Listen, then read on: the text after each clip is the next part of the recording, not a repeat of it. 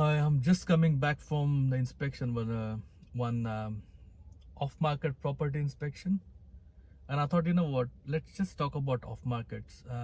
Don't worry, I'm not driving. I just park at this Ashford Sporting Complex. Nice, really nice weather.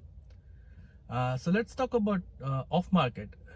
To be honest, there's so much hype about off-market, at least is in my opinion. As a buyer's agent in operating in Southwest Sydney, almost everybody I spoke with as a prospective clients, they ask me, do I have access to off-market properties? Honestly speaking, what is off-market? I think it just starts there, because everybody call off-market. Off-market is really exclusive property. It is only few selected people have access to by invitation. That's off market. But nowadays, off market is a big umbrella. If you think about the property, the agent has already signed the agreement with the vendor, the seller, but property is being prepared to then market it, put it on portals like domain.com, realestate.com. So the property is officially still off market, but that's not really off market property. It is just waiting to go live on portal.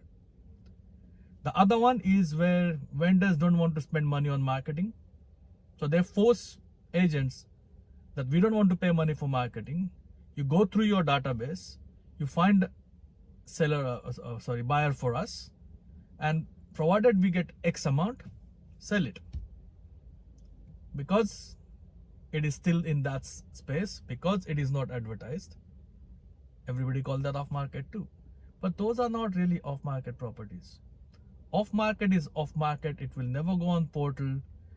The vendor want to sell it for various reasons. It could be disease instead. It could be a foreclosure. The vendor do not want anybody to find out. They don't want that for sale sign in front of their door. They don't want their properties advertised on any portals.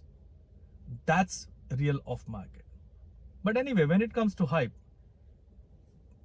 yes, there are advantages, because if it's a property, and I'm just calling that as a big umbrella now, is off market, so there are not many buyers out there, so there's less competition. You got more negotiation powers if there's a less competition. But again, honestly, if you really think about it, I've attended so many inspections, off-market inspections. It is not a campaign. It is just bunch of people going through the door, and then selling agent is just trying to suss out what the market is, what they're thinking, what they're saying, and then actually then coming up with a range, a price range, and before it just goes, when it just goes on the portal. That's one thing.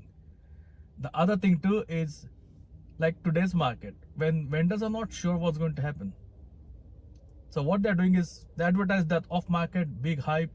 Not advertise, but the agent is telling the people that he knows or she knows that, oh, it's off market, big hype, everybody goes there, have a look at it, and then they try to talk that person into buying that property. But you as a buyer, off market can be good if you still do your proper due diligence, if you still go through the contract, if you still can include your suitable conditions in that contract. For example, if you're selling your place now to buy this another one, and I just making those two settlements align, things like that. You have to do all those things to really then get the benefit of that so-called off-market property. Anyway, that's the thing that I wanted to just talk about. If you have any questions, you want to know more, by all means, my contact details are in the description below. Reach out. I'm happy to help. Thank you.